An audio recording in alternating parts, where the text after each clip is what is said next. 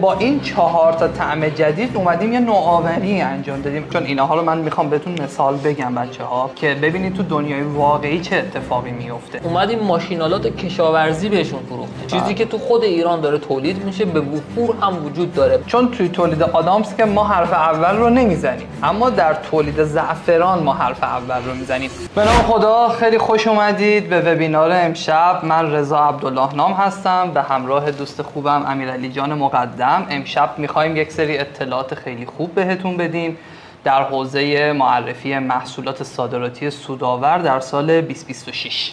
من سلام عرض میکنم خدمت همه شما عزیزان. امیدوارم که شب و روز خوبی رو سپری کرده باشید. امشب قراره که یک تایمی بذاریم در مورد یه سری محصولات که بعضیش اینجا هست صحبت کنیم.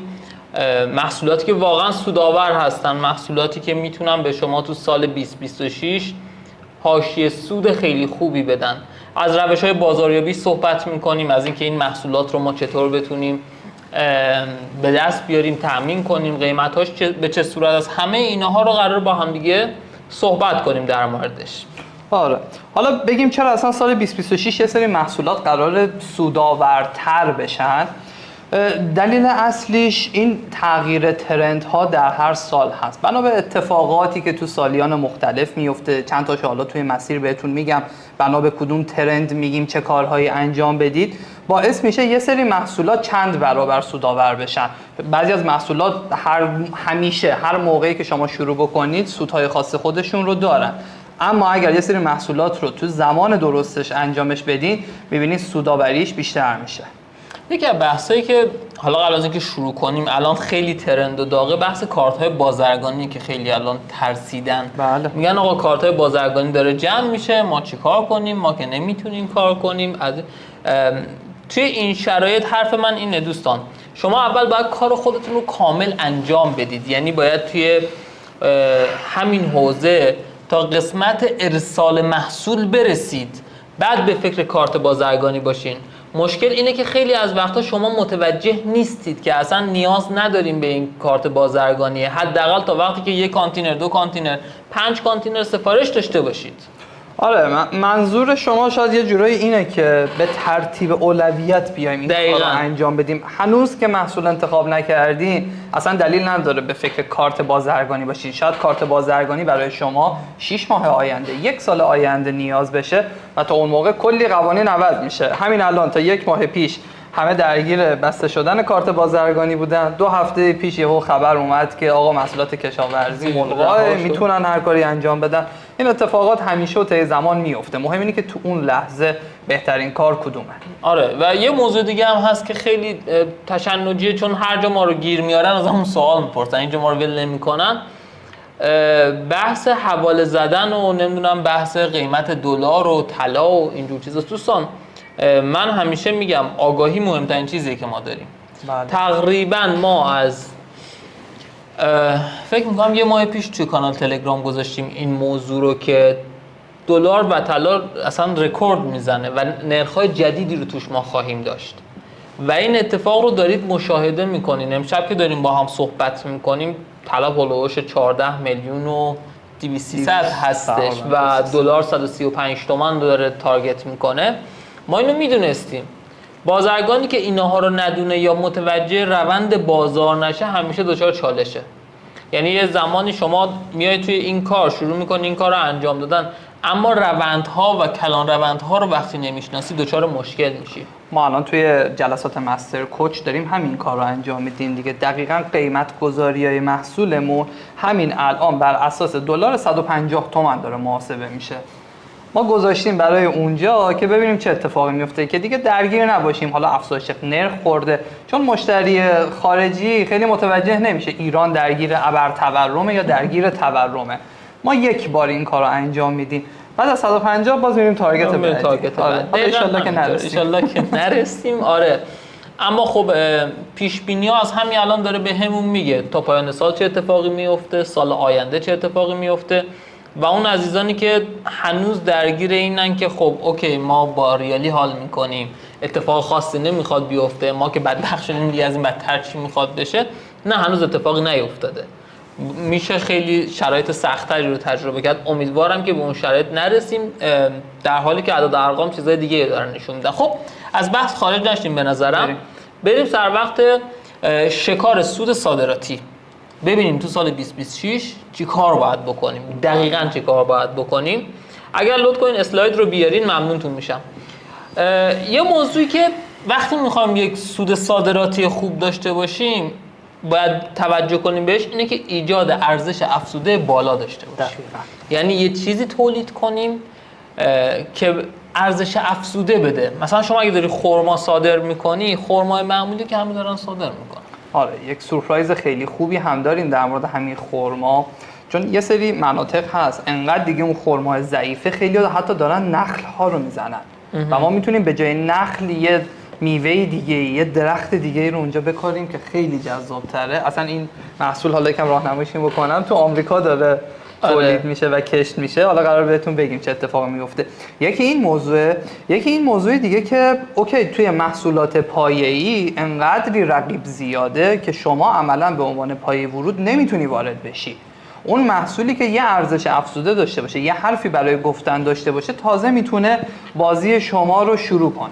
آره مثلا همین پستی که امروز گذاشتی خیلی پست جذابی بود، به نظرم بچه‌ها زحمت کشیده بودن. خرمای له شده. آقا خرما من ضعیف‌تره، میتونی خرمای له شده بفرستی به جای اینکه بگی خب خرمام ضعیفه همین خرما رو صادرش میکنم. آره وقتی خرمای آلویی داری نگاه میکنی انقدر کوچیکه، بعد چه طعم قشنگی هم ما بینش بود با طعم کافی، اصلا یه جذابیت خاصی میده به محصول. دقیقاً. بحث بعدی که باید رعایتش کنیم و خیلی خیلی خیلی خیلی مهم هستش، ایجاد نوآوری در محصوله. محصولی میتونه سود بده که نوآوری داشته باشه. نوآوری که دارم بهتون میگم مثل همین محصولاتی که روی این میز هست، همشون نوآوری دارن. حتی به غیر از یکیشون که قدمت داره، بقیه‌شون همه نوآوری دارن. و خیلی مهمه که شما متوجه این موضوع باشید که یه محصول پرسود صادراتی، محصولی که نوآوری رو توش ما رعایت کنیم. یه مثال بزنم تو نوآوری، مثال واقعی برای بچه‌هایی که همین الان توی مستر کوچ ما دارن فعالیت میکنن. ما یه خانومی رو داریم سمت رفسنجان، ایشون تو کار پسته هستن و یکی از محصولات پسته معمولی با طعم‌های نمکی، حالا آب لیمو، خیلی چیزای دیگه هستش خام که توی بسته‌بندی یه مقداری تغییر دادیم که میشه ارزش افزودش.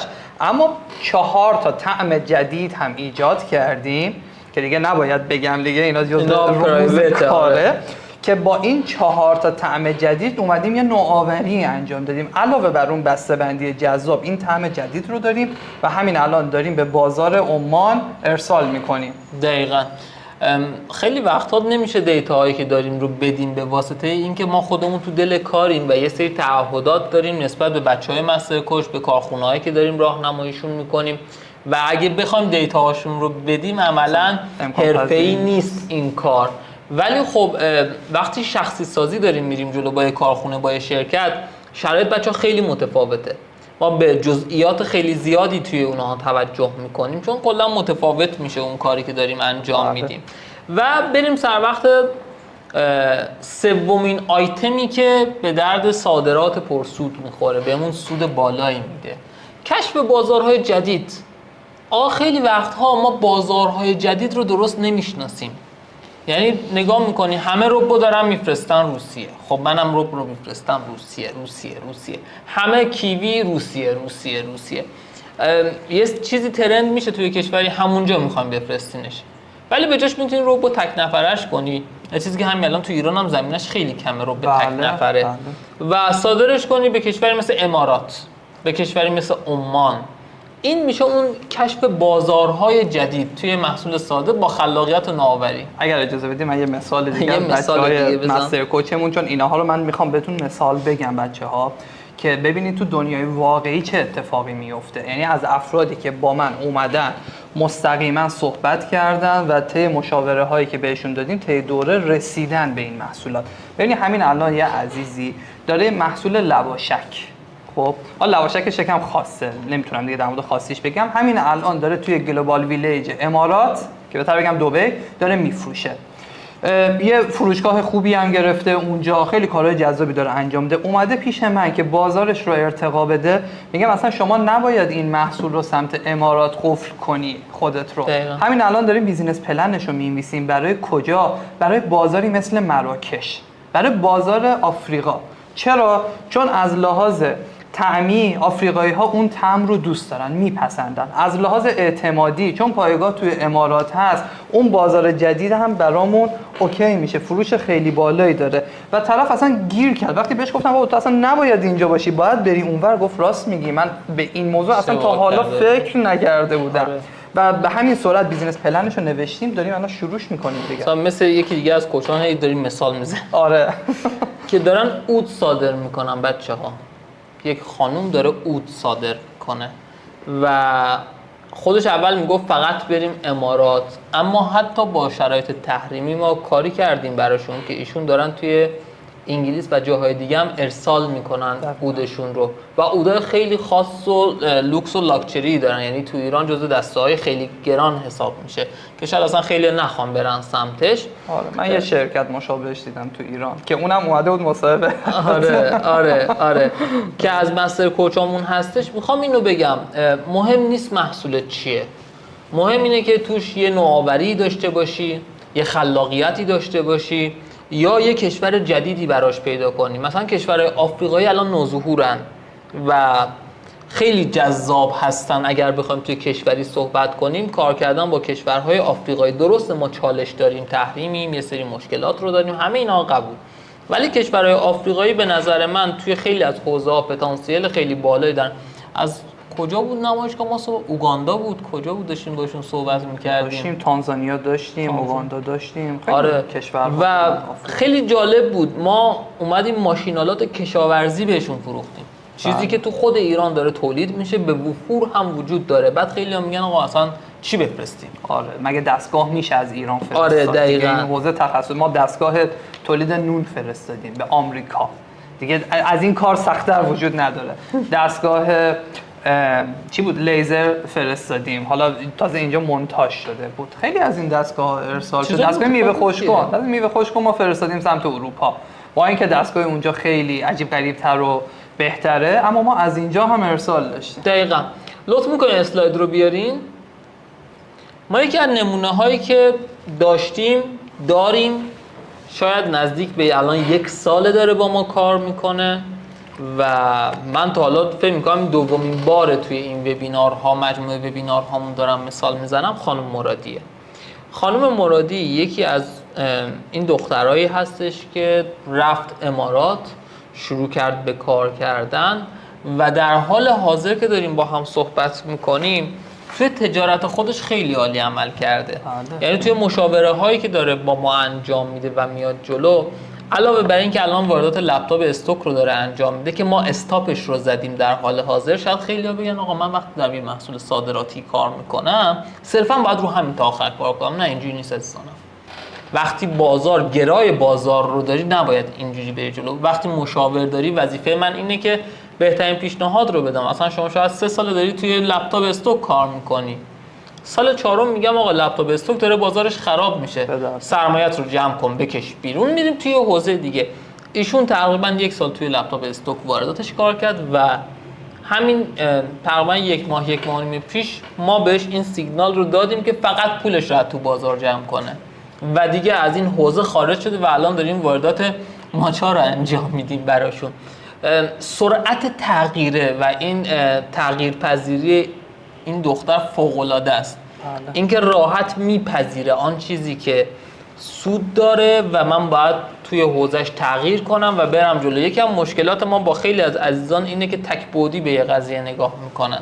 یعنی مثلا بعضی وقتا که ما جلسه‌های گروهی داریم با پشتیبانمون، میگن بچه‌های فرمول صادرات مثلا فقط قفل زده روی همین محصول میره جلو، بعد میگن بابا اون یه چرخه قابل تکراره، تو ممکنه 5 تا محصول بری جلو نتیجه نگیری، ششمی رو برسی به نتیجه. و این تکرار خیلی میتونه جذاب و باحال باشه. یه مثال از امروز خیلی چون حرفا تشابه داره دقیقا همین امروز همین اتفاق افتاد. یکی از عزیزان داشتش صحبت میکرد و یه مقداری مشکل داشتش سر این که این محصول برای من عالیه یا نه و من بهش یه ددلاین دادم. شما تا دی ماه فقط فرصت داری تا این محصول رو بازاریابیش انجام بدی. اگر که تونستی که خب اوکی همین رو ادامه میدیمش تا ددلاین بعدی، اما اگر نتونستی دیگه 30 دی قرار نیستی که این کار رو انجام بدی. محصول بی که چندین جلسه پیش اون اول انتخاب کردیم اونو وارد چرخه میکنیم و همین سرعت تغییر میدیم. چرا؟ چون هدف اصلی ما نمایشگاه گالفوده. نمایشگاه گالفود فروردینه. گفتم باید 2-3 تا از این محصولا رو باید ببری سامپل، هر کدوم که بهتر بود. حالا تا ببینیم دیگه چی پیش میاد. اصلا خب موضوع اینه وقتی آدما این قدرت رو داشته باشن توی تجارت خارجی که چرخش کنن راحت. خب درگیر یک من چون فقط دارم این محصول رو کار چون تو این شهر هستم فقط اینم فقط اونم، از این چیزا بیاین بیرون. انعطاف داشته باشین. انعطاف باعث میشه که بتونین کارهای خیلی قوی بکنین. احمد خدایاری یکی از عجوبه های ما که اومد سرمایه‌اش تا نزدیک 0 رفت و یه سود خیلی قشنگ کرد توی تقریبا 1 سال و الان داره 4مین بارش رو میفرسته به افغانستان.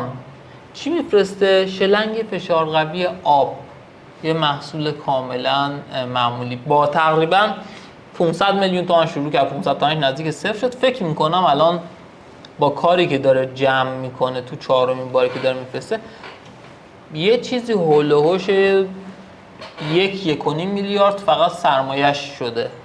خیلی داره زحمت میکشه ها، کار ساده ای نمیکنه دوستان. بعضی وقتا میگه چجوری شد 1.5 میلیارد؟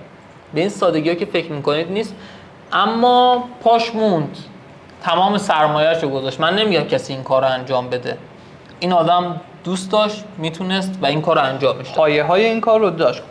کلاً کار صنعتی یه مقداری کار خاص‌تر رو حرفه‌ای تره تا کارهای غذایی به واسطه اینکه مدل مارکتینگش متفاوته. اونی که پای کار صنعتی بمونه گاهی اوقات می‌بینی که بهتر هم و سریعتر هم میرسه به کارش. ایشون جزو اون افراد بود. واقعا خدا هم بهش رو کرد. خدا بهش رو کرد. خیلی خدا بهش رو کرد دوستان، بیشتر از یک کم. آقا سجاد که اصلا ما مصاحبه‌های زیادی هم باهاش کردیم، همتون میشناسینش. سیستم‌های پایش گلخانه‌ای رو کار میکرد، هنوزم داره کار میکنه. بچه‌ها تفاوتش چیه که داره هنوز اینو کار میکنه؟ تفاوتش اینه که کلا سیستمی که داره کار میکنه نوآورانه است. سیستم‌های جدید و نوآورانه خیلی راحت توی بازار پرزنت میشن. در حال حاضر ما داریم روی امارات به صورت عالی پیش میریم با آقا سجاد، در حالی که قبلش عمان بودش. روی عمان شروع کرده بودیم، الان رفتیم امارات و تارگت بعدیمون براشون عربستانه. کار خیلی سختیه ولی توی همین الان اگر مصاحبه‌هاشو بریم تو پیجای ما نگاه کنیم خودش میگه مثلا یه سری از چیزاشو فروخته که اصلا بتونیم بیاد مستر رو با ما کار کنه، ولی الان راضیه. آقا سجاد واقعا داره با چینی جماعت رقابت میکنه و خیلی کارش درسته. واقعا گوش به حرف داده، یعنی براش یه جوری استراتژی چیندیم که بتونه این کار رو انجام بده و واقعا هم این کار رو انجام داد. یعنی درگیر امروز فردا و نمیتونم و الان تحریمیم و حالا امارات چی کار کنیم عمان چون واقعا نبود. هر کاری که میگفتیم واقعا انجام میداد. واقعا انجام میداد. و نفر آخر آقا ابراهیم محبی. آقا ابراهیم محبی تو حوزه پلاستیک جات هستش. چی میزنه بچه‌ها؟ چیزی که داره میزنه خیلی باحاله. داره کلید پریز میزنه. این کلید پریزای خونه رو داره میزنه. و روزی که اومد جای ما گفتش من بازارم هست، شرکتم رو دارم، همه چیم رو دارم و مشکلی که عملاً داشت این بود که میگفت سودش خوب نیست. یعنی حاشیه سودم تأمین نمیشه، رقیب زیاده و طی پلنایی که براش ریختیم تقریبا فکر میکنم الان ماه 4 و 5شه تونسته با عراقی ها وارد قرارداد بشه و چه کشوری بهتر از کشور دوست و همسایه عراق. این محصولات واقعا فوق العاده است و الان سودش داره دلاری میاد دیگه، اونجا داره دلار میفروشه، دینار میفروشه و چیزی که هست اینه که وسط این همه جمع کردن کارخونه ها که ما داریم میبینیم، کارخونه‌اش علاوه بر این که پابرجاست الان دنبال اینه که ما خودمون براش دستگاه وارد کنیم، دستگاه تزریق وارد کنیم و باز گسترش بده. یعنی این تفکر الان توش اومده. شاید الان شما با خیلی‌ها توی بازار صحبت کنید تفکرشون اینه که آقا زودتر جمع کنیم، نمیصرفه. البته این مثال هایی که زدیم بچهای مسترمون بودن، بچهای فرمول و بچهای ورکشاپ ها، واقعا اونها هم خیلی کارهای جذابی انجام دادن. مثلا ما همین الان اون کپسول های حیوانات هستش، اگه بخوام مثال بزنم یکی یکی واقعا می‌بینی کارهایی کردن خانم شایگان. آره چون 6 ماه دیگه خیلی هاشون دستمون هستن، خیلی واقعا کارهای خوبی کردن، چون تک تک محصولات میاد زیر دست ما تایید میدیم این محصول برو، این محصول نرو. برای همین کامل در جریان هستیم که چه کار دارن. و ای کاش 4 سال پیش که این محصول داشت میومد. آره خیلی دو تا محصول داره، دو تا دستگاه داره. یکی از دستگاهاشو که تولید عروسک هست خیلی دوست داره که انجام بده، ولی خیلی توجیهش کردیم که اون محصول رو انجام بده و واقعا هم خیرشو داره میبینه. دقیقاً. خیلی خوب. خب خیرش هم بگم، بذاریم بگم دیگه، همین الان توی 1 ماه و نیمی که وارد بخش مارکتینگ شده تا همین الان 2 تا نمایندگی داده به سامرا و بغداد. اینم خیرش مبارکش باشه. آره. خب بریم ببینیم آقا این محصولاتی که رو میز گذاشتیم اینا چی ان؟ خیلی‌ها منتظرن بدونن این محصولات چی هستند. بله. و قراره چیکار کنن برای ما. اولین موردی که میخوایم با هم دیگه صحبت کنیم بچه‌ها بحث آدامس زعفرونه. وقتی دارم حرف از این میزنم که شما قراره یک محصول نوآورانه با کیفیت و خفن رو صادر کنید، منظورمون یه همچین چیزیه. خب این یه سری باگ داره ها. خب حالا ما به باگاش کاری نداریم. محصول باگ داره ولی کلیت خیلی عالیه. بسته‌بندی محصول باگ داره بچه‌ها. راحت ترش رو بخوام بگم، خود محصولش هم حتی محصول با کیفیتیه. این نمیدونم حالا تو دوربین میفته یا نه. این آدامس زعفرونه که ما خودمون خیلی ازش خوردیم، خوشمزه بود. آره. این آدامس زعفرانه دوستان. اگر شما اینو نگاه فکر کنم بسته ها 20 تایی بود اگر اشتباه نکنم، این آدامس ها آره 20 تایی بوده. یه محصول فوق العاده جذابه که به جای اینکه ما بخوایم صادرات زعفران به امارات داشته باشیم که قیمت صادرات زعفران به امارات یعنی قیمت زعفران کف امارات از ایران ارزون تره، این محصول میشه ارزش افزوده، این محصول میشه نوآوری خلاقیت، این محصول میشه حاشیه سود بسیار بسیار بسیار بالا. حالا شما چیزی بخواید در مورد بله این محصول علاوه بر این که حاشیه بالایی داره جزو محصولات لوکس حساب میشه، چون اینو ما نباید دیگه ببریم توی سوپرمارکت کنار بقیه آدامس ها بذاریم. چرا؟ چون توی تولید آدامس که ما حرف اول رو نمیزنیم، اما در تولید زعفران ما حرف اول رو میزنیم. و وقتی یک محصول خصوصا اگر بریم تو حوزه تولید سلامت، یعنی چی؟ یعنی اینکه قند طبیعی باشه یا اصلا بدون قند باشه، یا مقدار زعفرانش چقدر باشه، این چقدر تاثیر داره روی سلامتی، کلا روی قضیه هلسی این کار بکنیم و ببریم سمت اون فروشگاه ها، می‌بینی حاشیه سود چند برابری داریم، چون 80% زعفران جهان رو ایران داره تولید میکنه هر کاری که بکنیم و همه هم میدونن زعفران ایرانیه. دقیقا. پس چه بهتر. اما اینکه حالا ما چطور بهترین سود رو بگیریم، یکی از کاراش اینه که بسته‌بندیاشو لوکس کنیم. بسته‌بندی لوکس یعنی چی؟ یعنی اینکه بتونیم رنگاشو تغییر بدیم، رنگ مشکی رو بزنیم، رنگ طلایی بزنیم. تو بنفشش هم خوشگله، بنفش هم لوکسه، ولی بنفش طلاییش قشنگ میشد به نظر. آره این توی بازارهای لوکس به نظرم اونقدر به چشم نمیاد. حالا اینم سلیقه‌ایه. مورد بعدی این که قطعاً استانداردی اگر داره استانداردها و سلامت رو بنویسیم. مورد بعدی این که فارسی ننویسیم. آره دوستمون اینجا فقط فارسی نوشته و انگلیسی، اصلا دلیل نداره فارسی بنویسیم پشت این بسته، باید کامل انگلیسی باشه یا عربی باشه یا بسته به اون کشور روسی باشه. اینها خیلی بهترش میکنه. دقیقاً. نکته دیگه ایمون بخوایم بگیم در موردش، بحثی که بخوام بگم بازاریابیش بچه‌ها، بازاریابیش خیلی مهمه. بازاریابی این محصول اگه میخواین انجام بدین، ما پیشنهادمون داروخونه های یک کشور هستش. چرا میگیم داروخونه؟ چون بحث هلسی که مهندس داشت بهش اشاره میکرد خیلی بحث مهمیه. شما اگر محصول رو ارزش گذاری درست بکنید، این الان قیمتش حدود مثلا 50,000 تومانه. خب شما همینو اگر درست ارزش گذاری کنین، راحت تا 300,000 تومان 400,000 تومان میتونین بفروشینش. یکی از کارهایی که میتونن بکنن خیلی جذاب تر بشه، این قوطی فلزی ها دیدی درشو وام میکنی یه دونه میندازی، خیلی حال میده، یه حس لاکچری داره. اون قوطی فلزی ها تو قوطی فلزی اینو درست کنی. خب و کار سختی هم نیست. نه یه موضوع دیگه ای که هست، این محصول فقط برای امارات خوب نیست. حالا ما خیلی از اول جلسه داریم امارات میکنیم. این محصول برای آلمان خیلی خوبه، برای ژاپن خیلی خوبه، به واسطه اینکه محصول نوآورانه است، به واسطه اینکه ژاپنی‌ها زعفران رو دوست دارن، دنبال محصولات جدیدی هستن. آلمان سلامت محوره، امارات لوکس پسنده. به واسطه هر کدوم از این دلایل هم شما باید بسته‌بندیتون رو تغییر بدین، هم یه مقداری داخل ذائقه‌اش میتونین دستکاری بکنید. اگر یکم شیرین ترش بکنین دیگه اون اروپایی نمیپسنده. دقیقاً. اوکی؟ و هم روی نوشتن و تاکید روی سلامت محور یا تاکید روی استانداردهای جهانی که می‌خوایم بگیرین، تمام اینا اول باید کشور هدف رو انتخاب کنین. ولی سود این عدد بگم تا 300% تا 400% این به شما سود ما حالا میده. نوشتیم 70%، ولی شما باور نکن چون سودش خیلی بیشتر از این حرفاست. آره ببین بچه‌ها، ما میترسیم حقیقتا یه سری سودا رو بهتون بگیم، یعنی میترسیم خیلی از اون ذهنیتی که نسبت به صادرات داریم فرا بریم یا جوگیر بشین. نمیخوایم این اتفاق بیفته، برای همین خیلی وقتها با ملاحظه داریم عددا رو اعلام میکنیم. همین 70 رو در نظر بگیرید. من اشتباه کردم. آره ولم. خب بریم سر وقت محصول بعدی، یه محصول جذاب که 2 تا نمونهش رو اینجا ما داریم.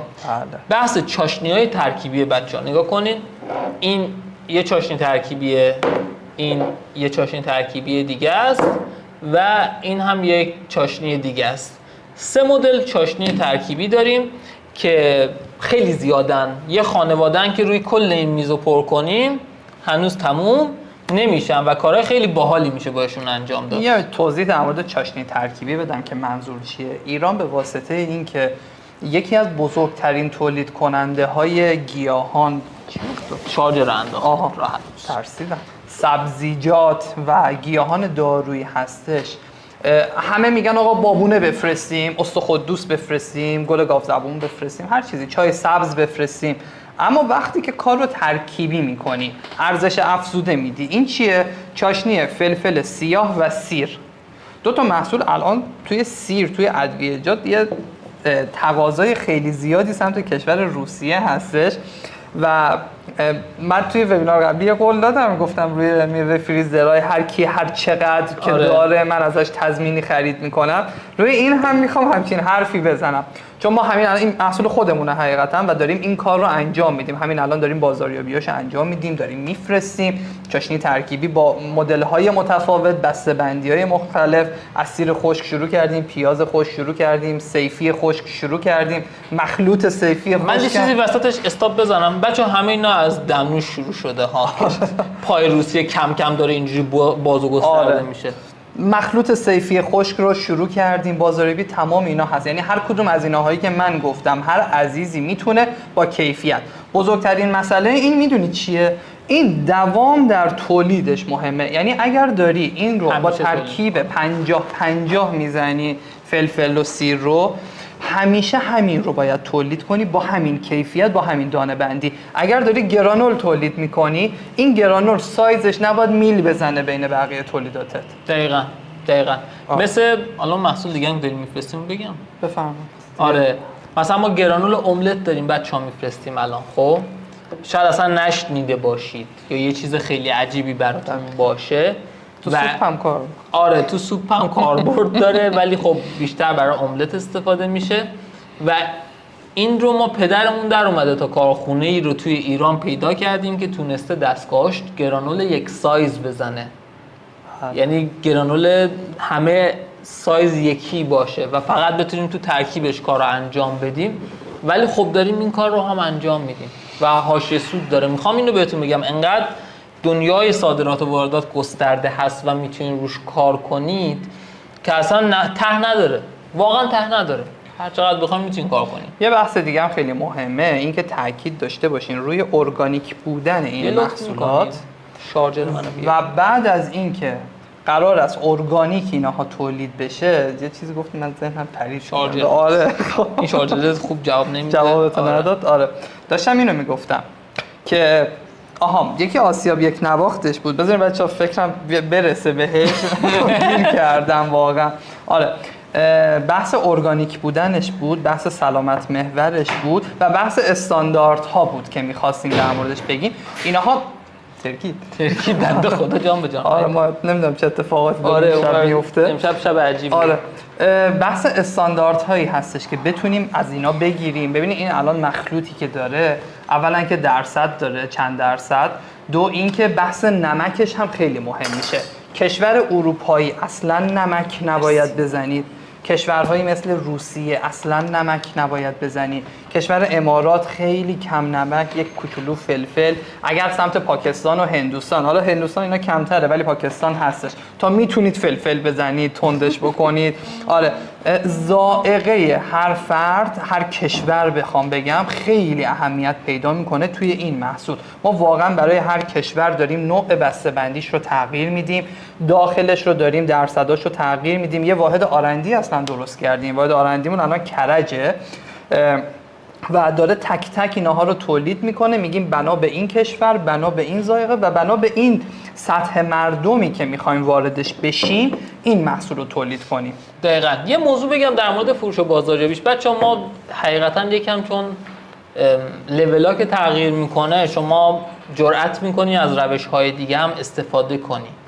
ما فروشمون توی این محصول رو بلاگر محور شروع کردیم، یعنی با بلاگرهای روس وارد قرارداد شدیم و محصولمون رو بهشون سامپل دادیم، هزینه بلاگریشون رو بهشون دادیم و داریم میفروشیم. یعنی به شرکت‌های قوی هم داریم الان میفروشیم و باشون کار میکنیم. اما خب ریسک داره با بلاگر کار کردن یا اصلا هزینه تبلیغات کردن. باید تیم مارکتینگ قوی داشته باشیم وگرنه به چالش میخوریم، به مشکل میخوریم. خدا رو شکر ما توی این مدت تونستیم توی این قسمت خیلی قوی کار کنیم و روی مارکتینگ خیلی تخصصی تر رفتیم جلو. حوزه‌های مختلف رو توی کشورهای مختلف کار کردیم. خب دوستانی که ما رو از قدیم میشناسن میدونن تخصص اصلی من استراتژی‌های بازاریابی بین‌المللی، یعنی تخصصی روی بازاریابی تمرکز دارم بیشتر. میخوام اینو بهتون بگم تو روسیه حتی با بلاگرش که دارین کار میکنین، اینکه اون بلاگر چی بگه، چی کار بکنه، چطور از محصولت استفاده کنه مهمه. اما روش فروش محصولات غذایی مثل این سبک و مثل این ادویه ها توی کشوری مثل روسیه فقط بلاگر محوره و شما نمیتونی خیلی راحت شرکت ها رو متقاعد کنی که این محصول رو ازت بخرن. ببینید تا وزن بسته هم مهم میشه توی هر کشور. الان این محصولی که شما میبینین این برای امارات و روسیه مناسبه، اما اینو بخوایم برای عراق بفرستین اصلا این عددها خیلی کم میاد براش. چرا؟ چون خانواده عراقی پر جمعیته، پاکستانی پر جمعیته، نمیتونه یه دونه از اینو بخره، برای یه وعده‌ش هم نیست، کم میاد براش. اوکی، اونا دنبال اینن که فله بخرن، بزرگ بخرن، قیمتشون اقتصادی تر در بیاد و بر این اساس میایم استراتژی میچینیم. یه صحبت در مورد حاشیه سودش بکنم. بچه‌ها وقتی بومی سازی میکنید اینها رو و خاص تولید میکنید، حاشیه سودتون تا 500% میتونه بالا بره و این عدد خیلی عدد خوبیه. و یه موضوع دیگه هست، طبق تحقیقاتی که تیم ما انجام داده، تیم آرندیمون انجام داده، تو سال 2026 این کار ترنده. دوستان ترنده که خودمون هم داشتیم انجام میدیم. خب یه چیزی نیست که بخوایم بگیم یه نیومدیم رو هوا دو تا محصول معرفی کنیم. یه کاری که خودمون داریم انجام میدیم، سامپلاش هم اینجا موجوده، خودمون داریم کار میکنیم با کارخونه ها، شرکت های مختلف. شاید خیلی‌ها بگن آقا شما خودت چرا تولید نمی‌کنی فلان اینها. قرار نیست همه تولید کننده باشن. بذار یکی دیگه تولید کنه. ما بازرگانیشو کامل انجام میدیم. هر کسی هم همین الان ادعا می‌کنه میتونه این محصولات رو تامین کنه برای ما با قیمت‌های رقابتی و کیفیتی که ما می‌خوایم. عملاً اون آروهایی که ما می‌خوایم ازش بتونه برای ما تامین کنه، ما قطعاً ازش خرید داریم. خرید تضمینی می‌کنیم یک سالش رو. آره اصلا خط تولیدش مال ما روی این محصول هر چیزی که شما بخواید میدید. حالا بذارید دلیل ترندش هم بگم دیگه. یک از دلایلی که ما چرا اینقدر اصلا امشب میخوایم در مورد محصولات غذایی خیلی صحبت کنیم و هدف اصلیمون هم محصولات ارگانیک و سلامت محور. ما هر سال توی همین ماهای نوامبر و دسامبر مجله اکونومیست میاد یه صفحه‌ای رو منتشر میکنه، میاد پیش بینی میکنه سال آینده رو، یه سری اتفاقات رو خیلی هوشمندانه داخل اون جلد میذاره. این یکی از دلایلشه، دارم خدمتتون میگم. مثلا یک سالی اومده حمله آمریکا رو پیش بینی کرده، یک سالی اومده اتفاقات دیگر رو. امسال یه طرح خیلی شلوغ و پر از دیتاهای عجیب غریب داده. اما یه چیزی که اونجا بلده، من به سیاسیش کار ندارم. نگاه بکنین چند تا واکسن گذاشته، یه دونه هم نیست، چند تاست. اون واکسنه یعنی چی؟ چند تا دلیل داره دیگه. اینا تحلیلاشو حالا برید این ور اون ور گوش کنید. به نظرم حتما از دیتای خارجی همینا رو گوش کنید که این تحلیلا چیه، چون قرار است بر اون اساس تصمیم بگیری. خیلی بیگ دیتای بزرگیه و باید تصمیم گیری انجام بشه. اوکی، ما سرنگ داریم. یکی از دلایل میگن که شاید یه بیماری همهگیر دیگه‌ای مثل کرونا دوباره بیاد. موضوع دوم، روی بحث داروسازی خیلی داره کار انجام میشه و یک سری داروهای جدید میاد. موضوع سوم، به واسطه این ترس‌ها همه دنبال محصولات سالم هستن که یک وقتی ویروس بهشون وارد نشه، باکتری وارد نشه، مشکلات سلامت نداشته باشن، بتونن روی هضمشون کار بکنن، مشکلی نخورن. بنا به این دلایل خیلی از افرادی که دنبال سلامت هستن میبینین فقط محصولات سالم انتخاب میکنن. اصلا تم انتخاب محصولشون عوض شده. آره.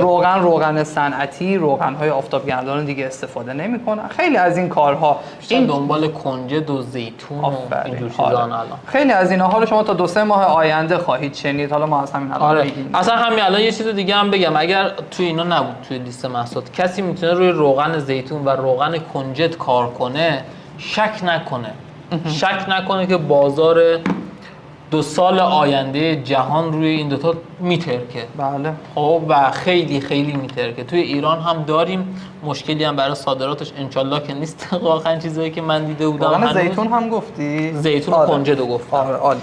این دوتا محصول رو اگر بتونید روش کار کنید خیلی میتونه حاشیه سود خوب بده. نیاز نیست خودتون تولید کنین، با چند تا کارخونه با کیفیت صحبت کنین، سامپل‌ها رو بگیریم، بازاریابیش رو شروع کنین. روش خاص داره بازاریابیش قاعدتاً. بحث زیتون واقعا یکی از بهترین محصولات الان. حالا ما خرما میگیم، زعفران میگیم، میوه میگیم، زیتون خودش تو یک لیگ دیگه داره بازی میکنه به واسطه اینکه روی این محصول کشورهای دیگه خیلی کار کردن. مثلا انجیر خودمون هستش که آره انجیر ترکیه. آره اون انجیر، این زیتون هم جزو هموناست. آره یه چیزم بگم، بعضی وقتا هست شما یه محصول خاصی رو داری تولید میکنی، خیلی کار سختی میکنی. ما مثلا الان همون انجیر ترکیه‌ای که داریم کار میکنیم، واقعا شاید کلا توی ایران رو هم دیگه 30 تا باغ دارن اونجوری تولید میکنن، یک دست تولید میدن. 30 تا باغ یعنی هیچی. بله هیچی.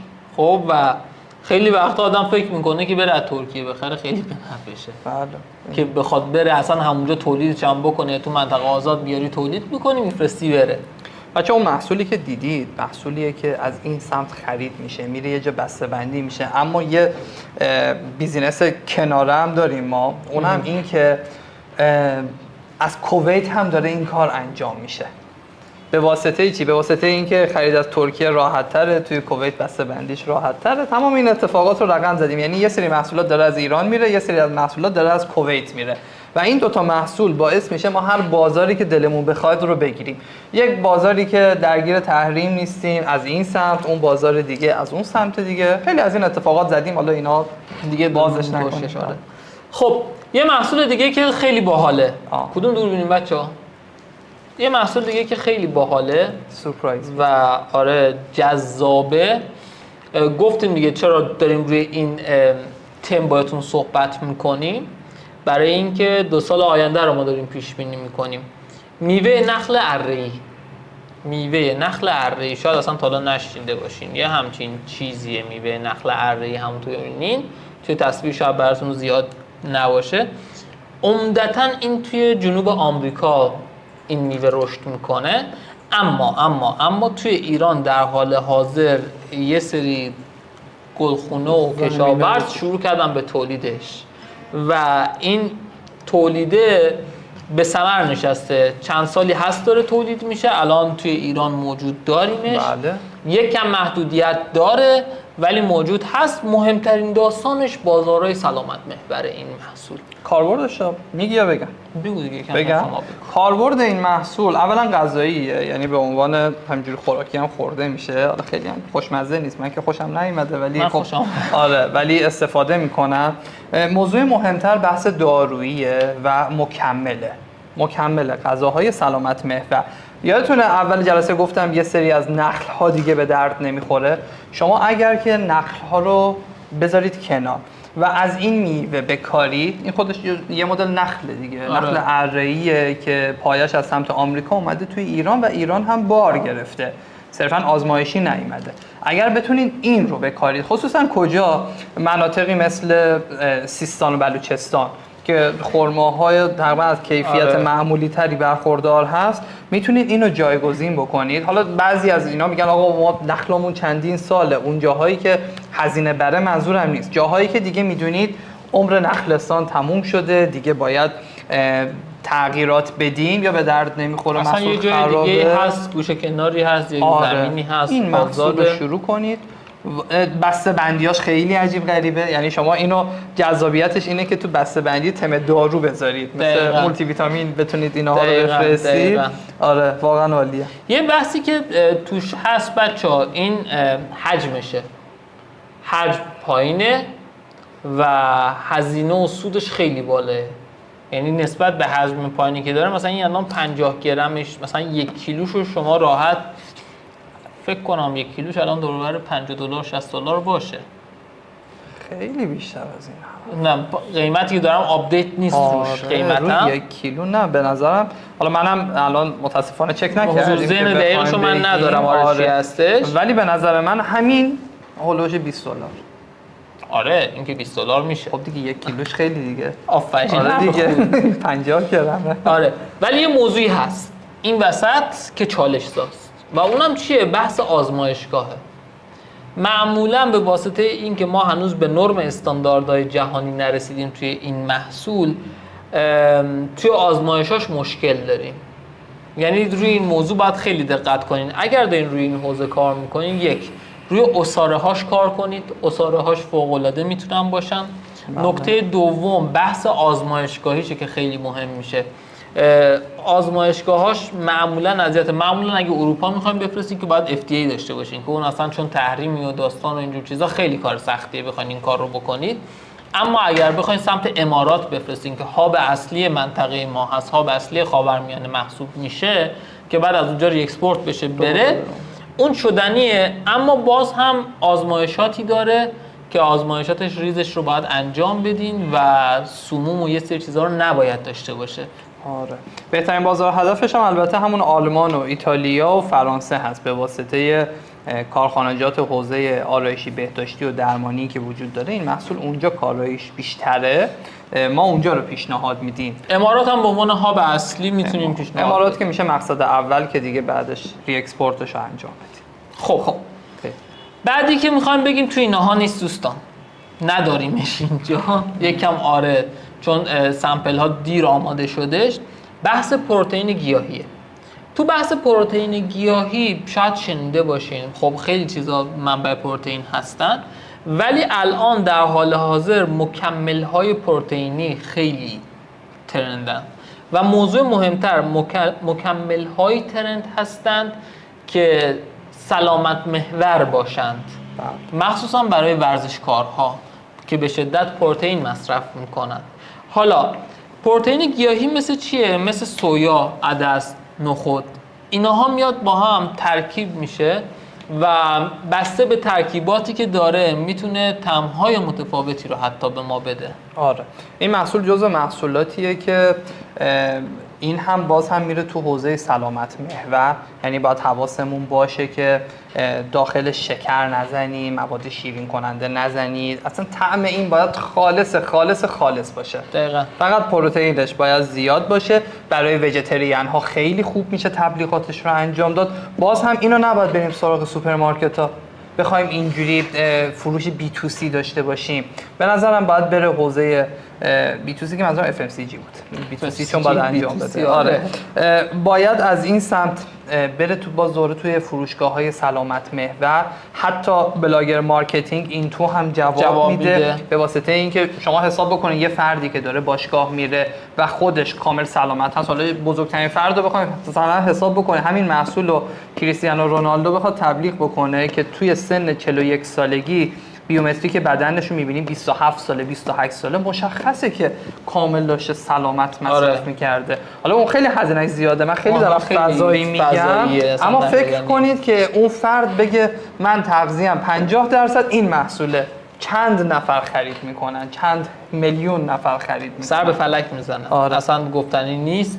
ولی خب موضوعی که هست یکم ترند خاصیه، یعنی شما دارین با ورزشکارا سر کله میزنین، شاید عموم مردم اونقدر لذت نبرن. نه. ورزشکاری که حالا من ایرانو مثال میزنم، روزی داره یه شوره تخم مرغ و 3 تا سینه مرغ بدون مزه میخوره، این براش حکم بهشت داره و میتونه خیلی کمکش کنه و خیلی براش عالیه. اما توی حالت بیسیک اگر بخوایم در موردش صحبت کنیم، معمولا پیشنهاد میشه از طعمای خنثاش استفاده کنید، یعنی طعم دهندگی نداشته باشه، توی حالت خنثی باشه، هر چقدر میخواین ترکیب کنید که افراد اگر خواستن خودشون یه چیزی رو به عنوان مزه بهش اضافه کنن. یه نکته که خیلی مهمه تولید آسونه اینه. خیلی آسونه. یه میکسر میخواد. هیچ چی دیگه نمیخواد. یعنی حتی مجوزاش یکم اذیت کننده هست. اول این کارو نکنیم بچه‌ها، یعنی اول سعی کنید که چند تا سامپل بگیرید از جای معتبر، بازاریابیاتون رو بکنید، خاطرتون که جمع شد این کارید، حالا برین سر وقت تولیدش. مثلا تولید در حد MVP باشه. آره. تولیدش دقیقاً باید در حد MVP باشه، نه بیشتر. کشور هدفاش هم بگیم کشور هدفاش. عربستان، امارات، ترکیه، این سه تا بهترین کشورهای هدف هستن که دیگه باز بعدش میره به کشورهای دیگه و البته که بسته‌بندیاش هم باید خیلی بعضیش باید بزرگتر باشه، یعنی پروتئین وی خودمون باید جذاب‌تر 15 کیلویی میتونه باشه، 25 کیلویی میتونه باشه، بستگی داره به اینکه بخوایم چیکار کنیم و چجوری بریم. خب یکی بعدی که میخوایم در موردش صحبت کنیم از خوشگلای اینجامونه. بچه‌ها چند تا چیز دیگه هم داریم بهتون بگیم ها، گفتیم حالا اگه وقت شد بهتون نشون بدیم. این محصول ما 2 سال داریم تو سرمون میزنیم آقا تولید کنین، بازار بسیار خوبی داره. تولید کنید، بازار بسیار خوبی داره و خیلی از عزیزان هنوز که هنوزه سر وقت این محصول نرفتن و میان پیش ما، اولین چیزی که میگن آقا ما دنبال محصول میگردیم، ما 10 میلیارد 5 میلیارد این تومان سرمایه داریم، موندیم چه محصولی تولید کنیم که کار در بیاره، نمیدونم بفروشیم و اینها. در مورد شما بله این محصول رو چون اصلا توی ایران ما پیداش نکردیم، این سامپلش رو یک شرکت هندی اومده زده و اینو من نمایشگاهی در امارات سامپلش رو گرفتم، خیلی هم جذاب بوده. محصولش گفتی یا نگفتی؟ هنوز لواشک خرماست با طعم‌های مختلف. حالا این طعمش استواییه، طعم‌های بری، طعم‌های دیگه هم داره و به شدت خوشمزه و پرکاربرد. این هم محصول هلسیه، به شدت توی بحث ویتامینه پر ویتامین هست. اونهایی که با غذاهای شور و ترش و اینها مشکل دارن این محصول میتونه جایگزین باشه. اگر بسته بندیشو کودکانه بکنید خیلی برای بچه‌ها جذاب میشه. فوق‌العاده سمیان‌العاده خوشمزه سالم. همینطوری لواشک دوست هستن، چی برسه به اینکه بگیم لواشک خرماه یه چیز سالمیه که مامان بابا هم پیروی بکنن، این محصول رو خرید کنن. همه جوره این محصول خوبیه، هزینه‌های تولیدش کمه. شما تولید لواشک رو نگاه بکنید، لواشک خرما چیزی تفاوتی نداره با لواشک آلو به عنوان مثال. دقیقاً. آره. خوبی بعدی که داره اینه که شما توی بحث خرماهای بی‌کیفیت رو هم میتونید این لواشک رو تولید کنید. یعنی نباید بگیم ما حتما باید خرمای مجول داشته باشیم تا بتونیم صادرات کنیم. ما خرمای مجول رو داریم شکلاتیش میکنیم، لاش عادی یک چیز میذاریم با بسته‌بندی لوکس داریم میفرستیم. دیگه به عنوان برندهایی مثل برند بتیل و لاکچریا داریم اون کار انجام میدیم. اما این یه محصول دیگه ایه. خب یه چیز دیگه هم بگم، اسم محصول میشه دوباره بگیم؟ لواشک خرما. دوستان محصول لواشک خرماست که طعم‌های متفاوتی داره. حالا این طعماشو خودتون میتونین اوکیش کنین. یه محصول دیگه که جذابه اصلا تو لیستمون نبوده، صرفا روی میزمون هست، نگیم کوچولو بگیم. گفتم در حد اسمشو میگم. بچه‌ها پروتئین بار با طعم‌های مختلف داره میترکونه بازارو. کسی که بتونه روش کار کنه، چه اینکه بخواد تولیدیشو راه بندازه، چه اینکه بخواد فروشش رو راه بندازه، توی بازار بین الملل ما در مورد ایران هیچ گفتگویی با هم دیگه نداریم. بازار ایران حالش خیلی وخیم‌تر از آن چیزی است که دارین فکر می‌کنید و اگر ما حتی شرکت خودمون قرار هلدینگ خودمون قرار بود بازار ایران صرفاً کار کنه، قطعاً تا الان نصف نیروهامون رو تعدیل کرده بودیم و خیلی اتفاقات بدی افتاده بود. اما تمام محصولاتی که تا اینجا معرفی کردیم میتونه یه بازار بین الملل خیلی جذاب به شما بده. پس پروتئین بار یکم توضیح هم بدیم دیگه، حالا که اسمش آوردیم. آره چون تایم این من در حد اینکه مخلوطش چی باشه، چون پروتئین بار رو خیلی چیزای مختلفی میتونیم بذاریم. این کنجد خرما با روکش شکلات تلخه، یعنی باز دوره این بیس سلامت محور داره، شیرینیش از شکلات و خرما اومده، اگر چرب تور هست باز از شکلات و کنجد هستش، واسه همین خوشمزه و خوش طعم به نظر میرسه و به واسطه سلامت محور بودنش این فروش داره. باز هم یه دستگاهش کلا 5 تومن 6 تومنه. من میخوام در مورد تولیدش بگم و با همین دستگاه میتونی خیلی از اینا رو تولید کنی. بسته بندیش هم حالا این از نظرم متوسط به سمت خوبه، بهتر از اینا هم میشه که میشه خیلی جذاب ترش کرد. خب امیدوارم که لایو خوبی بوده باشه. یکی از طولانی ترین لایو هامون وبینار هامون بود که خیلی محصول و چیزای متفاوت هم ارائه کردیم. ارزی نیست، همتون رو به خدای بزرگ میسپارم.